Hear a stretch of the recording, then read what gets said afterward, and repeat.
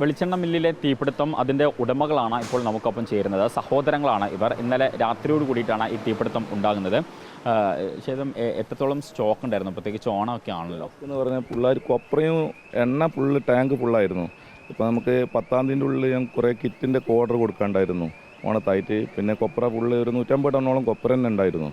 പിന്നെ എണ്ണയൊക്കെ നമ്മൾ ഫുൾ ടാങ്ക് ഫുള്ളായിരുന്നു. ടാങ്ക് എന്ന് പറയുമ്പോൾ 35,000-ൻ്റെ 4 ടാങ്കനുണ്ട്, അത് ഫുള്ളുണ്ട്.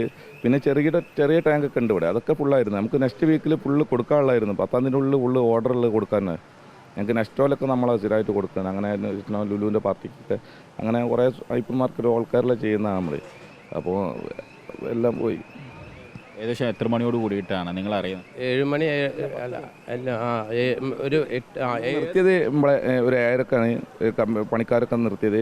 അപ്പോൾ അവരൊക്കെ റൂമിലേക്ക് പോയി. പിന്നെ ഇവിടെ ഉണ്ടായത് സെക്യൂരിറ്റി മാത്രമായിരുന്നു ഉണ്ടായത്. അപ്പോൾ ഒരു 10:30 ആയിക്കൊണ്ട് നമ്മൾ ഒരു ഹോസ്പിറ്റൽ കേസിന് പോയതായിരുന്നു. അപ്പോൾ അവിടുന്ന് പെട്ടെന്ന് വിളി കണ്ടിട്ട് ഞങ്ങൾ വരുമ്പോഴേക്കും ഇവിടെ കത്തിയിരിക്കണം. അത് മെയിൻ ലോറി അവിടെ ഉണ്ടായിരുന്നു. ആ ലോറി കത്തിയപ്പോഴാണ് പൊട്ടിത്തെറിച്ചതെന്ന് തോന്നുന്നു. ലോറിയിലാണോ ആദ്യം തീ പടർന്നത്? അല്ല, പുറത്തുനിന്ന് ഏറ്റവും ബാക്കിൽ നിന്ന് കത്തിയിട്ട് ഇങ്ങോട്ട് നേരെ കുറച്ച് മുന്നോട്ട് വന്ന തൊട്ട മുന്നിൽ തന്നെയാണ് ലോറി കിടക്കുന്നത്. ഗോഡൗണിൻ്റെ ഉള്ളിൽ നിന്നാണോ? അല്ല, കമ്പനീൻ്റെ ഉള്ളിൽ തന്നെ. കമ്പനീൻ്റെ കൊപ്ര ഇറക്കണ സ്ഥലമാണല്ലോ. അപ്പോൾ കൊപ്ര ഇറക്കിയ ഫ്രണ്ടിൽ 2 വണ്ടി ഉണ്ടായിരുന്ന അത് നമ്മളിന്ന് സ്റ്റാഫ് വേഗം കൊണ്ടുപോയി. കത്തൽ കണ്ടപ്പോൾ തന്നെ ഓടി വന്ന് വണ്ടി എടുത്ത് പുറത്ത് കൊണ്ടുപോയിട്ട് ഇതെടുക്കാൻ കഴിഞ്ഞില്ല. അപ്പോഴേക്ക് കത്തിപ്പോയിക്കണേ. ഈ വണ്ടിയിലെ തീയാണ് ബാക്കിയുള്ള സ്ഥലത്തേക്ക് പെടുന്നത്? അത് ചിലപ്പോൾ ആയിരിക്കും. ഞങ്ങൾക്ക് കറക്റ്റായിട്ട് പൊട്ടിത്തെറിച്ചതിനെ കൊണ്ട് അവർക്ക് ഞങ്ങളും കണ്ടിട്ടില്ല. അപ്പോഴേക്കും അവൾ വരുന്നതല്ല. അപ്പോഴേക്കും പകുതിയോളം കത്തി കഴിഞ്ഞിട്ടുണ്ട്. ഇങ്ങോട്ട് വരാൻ പറ്റിയ സാഹചര്യം ഇല്ലല്ലോ ആ സമയത്ത്. അപ്പോഴേക്ക് ഫയർഫോഴ്സിനെ ഞങ്ങൾ വിളിച്ച് അപ്പോഴേക്കും അവർ 2 വണ്ടി 3 വണ്ടിയായിട്ട് വന്ന് രാവിലെ ആയിട്ടും തീർന്നില്ല ഈ അതെ അല്ലെങ്കിൽ ഞങ്ങൾ ഒക്കെ പോയിന്. ബിൽഡിംഗ് അടക്കം പോയിട്ടു. ജീവനക്കാരുണ്ടായിരുന്നു ആ സമയത്ത്? ഇല്ല, ജീവനക്കാർ ഇപ്പോൾ സെക്യൂരിറ്റി മാത്രമായിരുന്നു ഇവിടെ ഉള്ളത്. സെക്യൂരിറ്റി കണ്ടില്ല. ബാക്കിൽ നിന്ന് കത്തിയപ്പോൾ അവർ കണ്ടിട്ടില്ല. കൊപ്രാൻ്റെ ആ ഭാഗത്തു നിന്നാണ് ആദ്യം കൊപ്ര ഡ്രയറിൽ കൊപ്ര ഇട്ടിട്ടുണ്ട്. അത് ഏകദേശം ഒരു വണ്ടി 10 ടണ്ണിൻ്റെ ഡ്രയറാണ്. അതിൽ തന്നെ 5 ഡ്രയർ അവിടെ തന്നെ ഫുള്ളുണ്ട് ബാക്കിൽ. ആ ഡ്രയറിനാണ് തീ പിടിച്ചതെന്ന് തോന്നുന്നു. ആ ബാക്കിൽ നിന്നാണ് കറക്റ്റായിട്ട് തീ വന്നത്.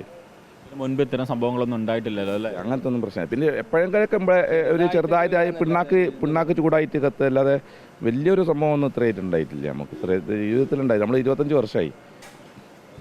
നിങ്ങളൊരു കണക്ക് പ്രകാരം പ്രാഥമികമായിട്ട് എത്ര ലക്ഷം രൂപയുടെ? ലക്ഷത്തിനില്ല, നമുക്കൊരു ഏകദേശം 3-4 ചെയർ 5 ചെയറിൻ്റെ അടുത്തൊക്കെ പോയിട്ടുണ്ടാവും. ഫുള്ളായിട്ട് നമ്മൾ റെക്കോർഡൊക്കെ ആയിട്ട് നമുക്ക് കണക്ക് നോക്കിയാലുള്ളൂ കിട്ടുക. 4 കോടി ഉറപ്പായിട്ടുണ്ടാവും. പിന്നെ നമ്മളെ കമ്പനി ഫുള്ള് പോയില്ലേ. ഇപ്പം തന്നെ നമ്മളൊരു 10-40 ലക്ഷം റുപ്യോളം നമ്മൾ കയറ്റിയിട്ടുണ്ട് ഇപ്പോൾ. ഇപ്പം പുതുതായിട്ട് ഫുള്ള് റിനോവേഷൻ ചെയ്തതാണ്. ഫുള്ളായിട്ട് ഒരു 6 മന്ത് ഫുള്ളായിട്ട് ചെയ്തതാണ്. എല്ലാം പോയി. അതാണ്. അപ്പം ഈ കമ്പനിയുടെ ഉടമകളാണ് 2 സഹോദരങ്ങളാണ്. ഏകദേശം 4 കോടിയോളം രൂപയുടെ നഷ്ടമാണ് പ്രാഥമികമായിട്ട് കണക്കാക്കുന്നത്. ബാക്കി കണക്കുകളൊക്കെ എടുക്കേണ്ടതായിട്ട് ഉണ്ട് എന്നുള്ളതാണ് ഇപ്പം ഇവർ പറയുന്നത്.